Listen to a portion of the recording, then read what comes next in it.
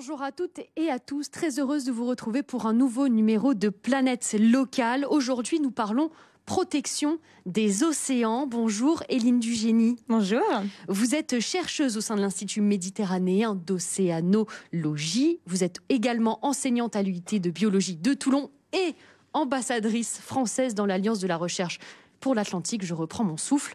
Tout ça en même temps, comment vous faites? J'ai plusieurs vies, je crois. Merci infiniment en tout cas d'être avec nous.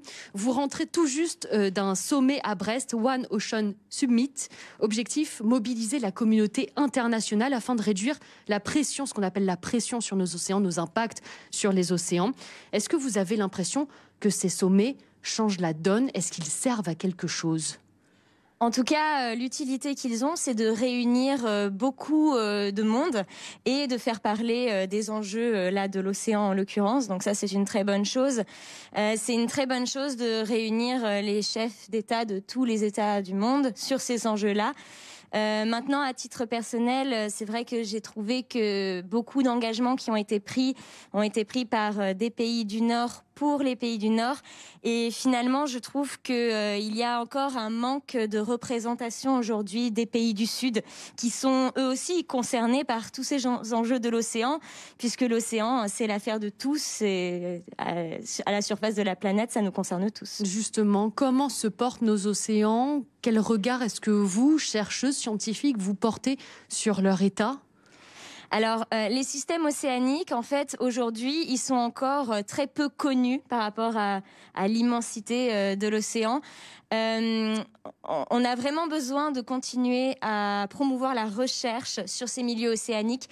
Maintenant, on en connaît aussi assez pour agir maintenant et tout de suite. Et le fait que finalement on en connaisse encore peu ne doit pas être un argument pour ne pas agir aujourd'hui. En fait, à l'échelle de la planète, l'océan, il agit vraiment comme régulateur de climat.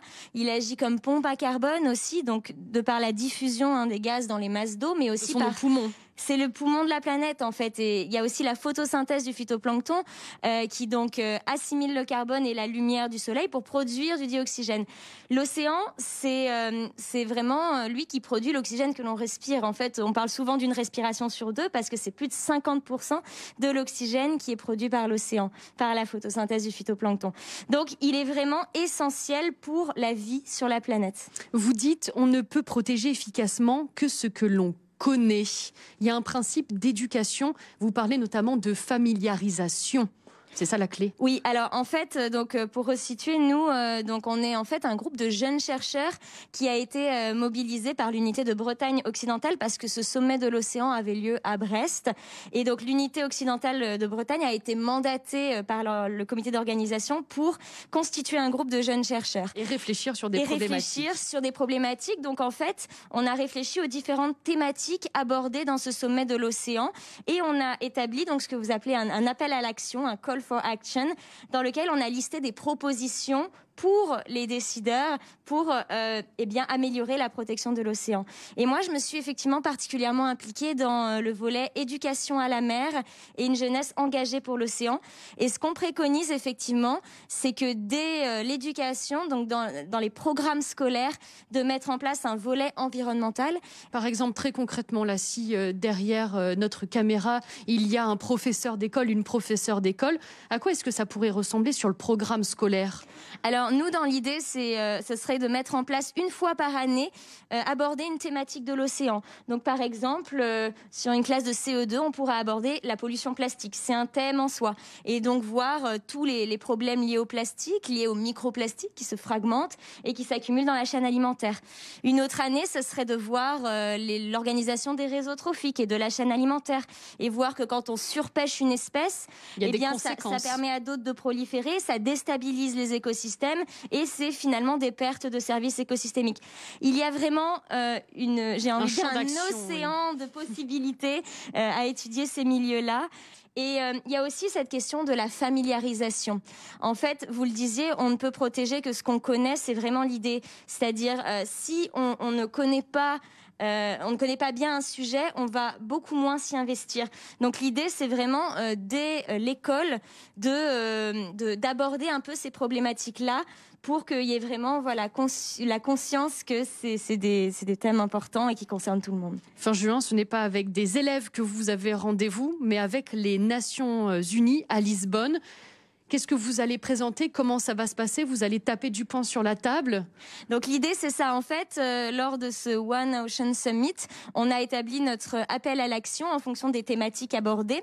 Et l'idée, là, c'est d'aller jusqu'à ce rendez-vous des Nations Unies à Lisbonne. Donc c'est un sommet de l'océan organisé par le Portugal et le Kenya.